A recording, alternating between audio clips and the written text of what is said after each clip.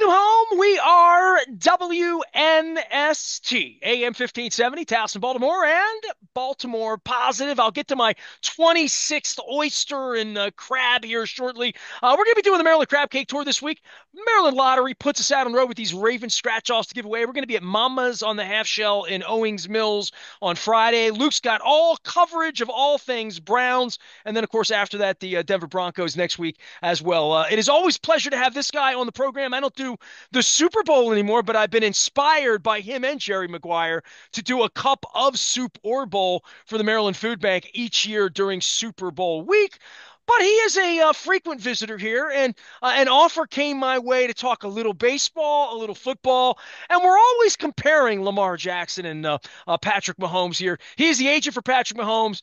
He is the inspiration for Jerry Maguire, my longtime friend of 3 decades. We welcome Leigh Steinberg back on from maybe the home of the world champion Los Angeles Dodgers. I've seen everything's gone blue in your life, Leigh Steinberg, the last few weeks, huh? I fell in love with baseball because in 1958, the Dodgers came to Southern California and we had Vin Scully's voice and we all listened to transistor radios, which we hid from our parents when they told us it was time to go to sleep. And we would continue listening to the game. And my grandpa took me to the very first opening day when the Dodgers beat the Giants 6-5. And I passed that down to my kids. My father passed it down to me. His father passed it down to him. And that's the hidden factor of baseball that people don't often acknowledge, which is how it becomes part of your cultural heritage. That was your first love, baseball, even though you're known for football?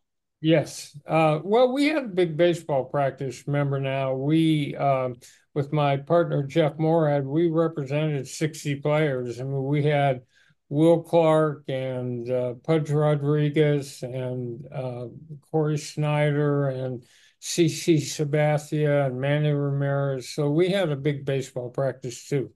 Well, this Dodger thing and the Yankee thing brings me to you, and we'll talk about Mahomes and Lamar.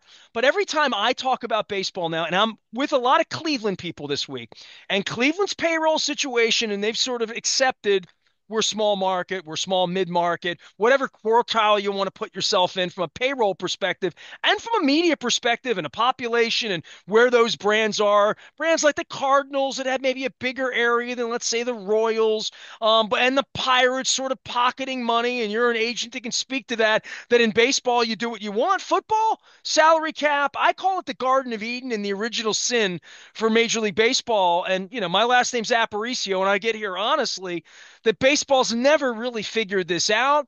And the spotlight's on that a little bit this week to say, spend more, get more. Order Salisbury steak, you get Salisbury steak. Order filet mignon. And the Dodgers and the Yankees really represent that for better or worse throughout American sports, I think. Well, there's some pushback on that, Nestor, because for a number of years, the World Series champs were people like the Texas Rangers or the San Francisco Giants, and they didn't have the biggest payroll. I mean, the real key winning in the playoffs is do you have good starting and relief pitching, and then can you do situational hitting? So teams that were not as heavily, the Kansas City Royals had a really good season this year, and they've got a really low payroll. So it's not simply spending the money, and there is a luxury tax that goes with it. Now, if you own the Dodgers and you're owned in essence by a hedge fund, which Mark Walters represents, then the challenges for coming up with more revenue aren't that large. But the difference in the sport is that the major revenue source in football is national TV, and it's done in baseball with local markets. So that's where the bigger market has more revenue. Well, I mean, let's be honest. Back in the day, it was ticket sales and maybe some suite sales, and stadiums came along, and then revenue came on television. And here, the Angelos family just, they milked the Masson tree here for a long, long time. They're gone. Mr. Rubenstein is in now. We're just trying to figure out where we fit in. Nothing was normal here the last 30 years with Angelos at all. In addition to the fact that Washington, the much bigger market, got its own team, its own championship, but never had a media deal. These individual teams, and you're in LA, so it's a different life, but the Angels deal with this, and the Padres came at it differently, as do the Diamondbacks, and competing out there. But where are the Orioles going to fit in from a fan's perspective, from a longtime media, business minded media member here to say, where are we in this thing, and how do we keep Gunnar Henderson? And how is Scott Boras going to represent a player in a place like Baltimore? And why can't we sign Juan Soto or Corbin Burns this offseason? And I think fans here are going to get an education about that locally because we haven't shopped top shelf, second shelf, third shelf in the free agent market here in a generation in Baltimore. But maybe Mr. Rubenstein will be that guy. We certainly would want that watching the Yankees play World Series games. First of all, performance-wise, Baltimore's been in the hunt the last couple of years. So they've now reached a level of excellence on the field where they've got a really tempting project. So the first infusion is attendance, right? So to the extent that the Dodgers sell out basically every game, and even the Angels have great attendance. So the point is, if yeah, granted, you have the competition of the Washington teams so close geographically, but the Dodgers have the Angels to compete with. So the first thing that can improve is the Orioles' attendance, and they can make money there. The second thing is these sports tend to be more, they can get booked on more national games. It a lot of it is star building, and so you think of the Dodgers and you think of the fact they have three MVPs as the first three batters in their lineup. And from a standpoint of stars, we're a market that needs stars. Now is Baltimore. Do they need to have a heavily identified player as a rooting focus? You'd have to look at that roster and see, can you brand any superstars out of it? Because that's heavy. Wherever Shohei Ohtani used to pitch, he'd draw an extra 15,000 fans. So there are players like that. And these two teams have a bunch of them. They've got, Soto and Aaron Judge and Stanton. And the Dodgers have, Mookie Betts and Shohei. Freddie Freeman. So they might do a better job in terms of marketing individual athletes. Leigh Steinberg is our guest, the great agent. He is working on agent symposiums and helping young people and having an agent academy so people can grow up and be Jerry Maguires or Leigh Steinbergs in this case. To the football side of things and money, because it feels like the football thing, you've grown into it since Steve Bartkowski as to seeing how this revenue has grown, how television has grown it, the internet, all the possibilities that they've worked out now on Amazon Prime and Thursday night games and two Monday night games. Baseball more regional and trying to figure this thing out again from a media perspective and RSNs. Again, not a Dodger problem, not a Yes Network problem, but a real problem in a lot of places as regional sports networks and the cable cord cutting has sort of caught up to the point where I'm wondering how the new Orioles, the Rubenstein Orioles, are going to create revenue around their media that may be involved in club. I buy a season ticket, I get the games on TV, and I get them wherever I am, however I want them. These are things that still in 2024, the Angelos people, the Masson people, Major League Baseball, they haven't made the game as accessible as I would like it, especially when they're on Apple Plus and all these places that I'm a 56-year-old guy just not going to sign up to do that. And I don't know how many people are to pick up a couple of Friday games. They've had a really weird media model in baseball that served them when they were just automatically getting money from cable TV networks. I think they're going to have to do this differently. Maybe a little bit more like hockey, maybe a little bit more hand-to-hand combat to create revenue in markets like mine. So the key really is when the Dodgers came to Los Angeles, they marketed Los Angeles like it was Des Moines, Iowa. They had back to school nights, they had straight A nights, they had Little League nights. They built into the community and with a solid base. So the dynamic became going to a Dodger game. And it didn't matter who was pitching or who they were playing, you just went for the experience.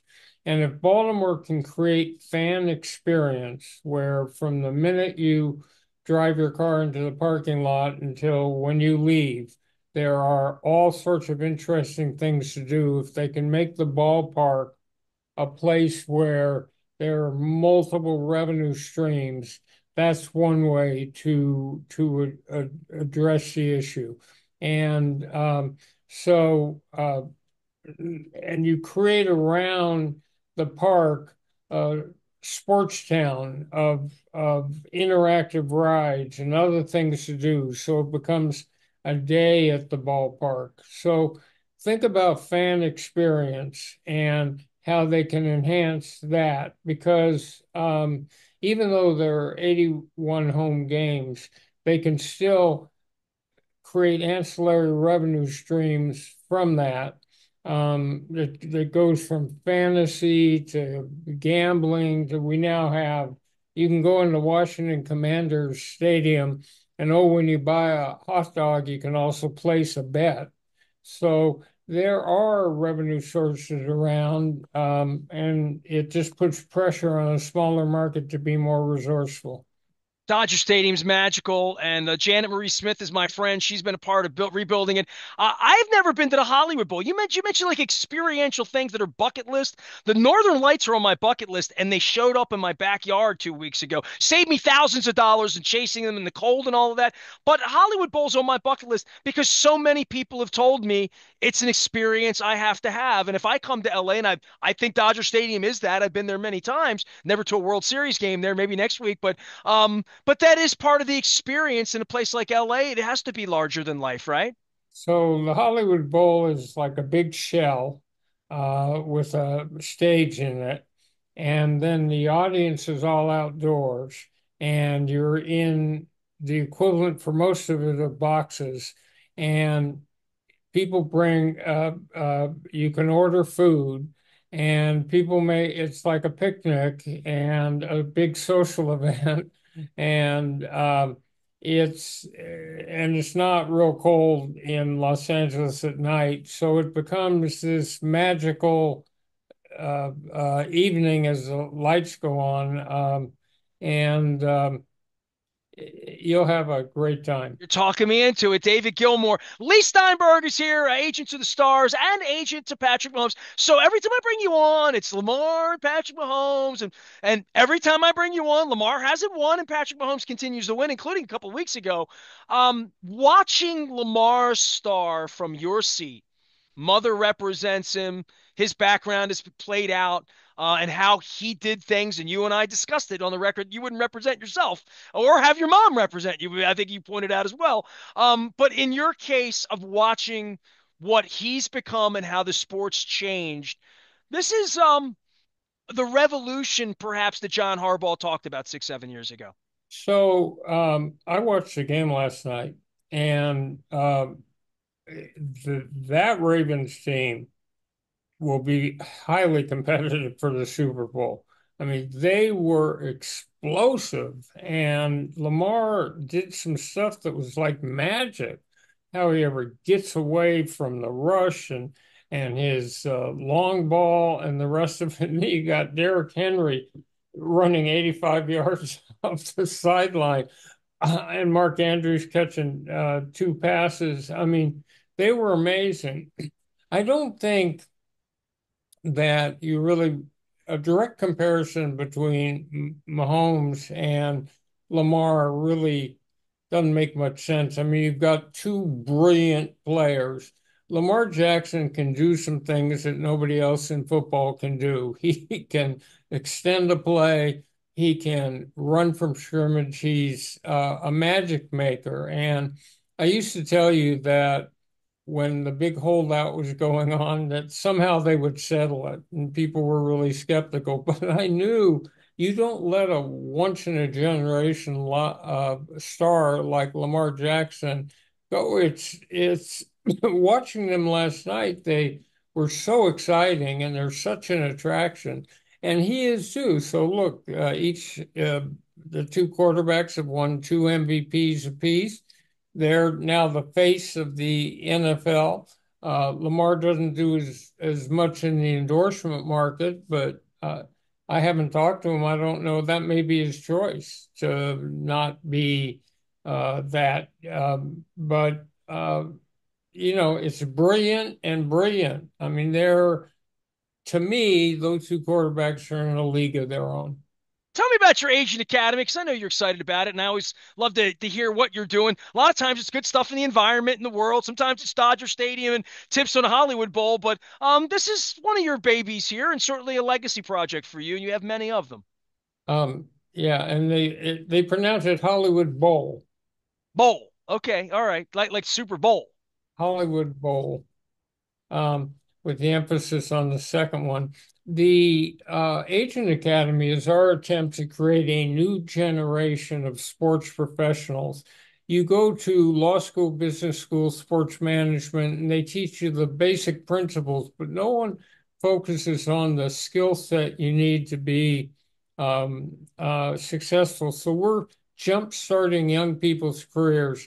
We call it the Agent Academy, but you could work for a team, a league, facilities management, media. These skills will help you in all of it. So first of all, it's listening, the ability to draw out another human being, cut below the surface and get to their deepest anxieties and fears and greatest hopes and dreams. And then it's how to recruit and how to sell. And then it's how to brand and to market. And then it's how to negotiate. And we do little exercises and all that. So they actually have to recruit a real NFL player and his family. They both sides either play agents or GMs and they negotiate against each other. So if you go to steinbergspeaks.com, you can check it out, but we've probably done 30 of them. We've done them in Washington and New York and Houston and Dallas and Chicago and Denver and all over the place. So it's a unique opportunity, and this one will be here in Newport Beach, which is fun to go to anyway. And it's a couple days of intense presentation and training in how to succeed in business in the world, specifically be an agent or be someone working on either side of the fence. Legal background necessary, or just sort of would be helpful? No, um, to be certified by the NFLPA, the Players Association, someone needs an undergrad degree and some level of post-grad degree. It could be a master's of anything. In the other sports, they don't have that same educational requirement. In football, they do. So, no, having gone to law school and being a lawyer, this is more a people profession, and it's all about how you relate to other human beings and can you master communicating a future to some young athlete that they want to see? And can you also, besides the economics, focus on second career? Can you help someone do what we do, which is retrace their roots to the high school, collegiate, and professional community and establish charitable programs that where the players are role model and triggering imitative behavior? So we teach a unique style of agenting, but it seems to work. Last thing for you, because I know our window's short. Deshaun Watson, we played the Browns this week. Last time I was with Steve Bisciotti a couple of years ago, he running from guys like you trying to get his money and the agents and whatnot, but guaranteed contracts, something the risk, what happened with DeMar Hamlin, a couple. I mean, just you've dealt with football players for 40 years. The notion that guaranteed contracts, this is going to get used against you in the future and saying we're not doing that because of that. This has been a real outlier, I think, from the minute I had you on talking about the guaranteed deal he got 2.5 years ago. Well, the most important thing in football is to have a franchise quarterback. And it's why I knew Lamar Jackson and Baltimore would eventually be fine together because it was just a marriage made in heaven.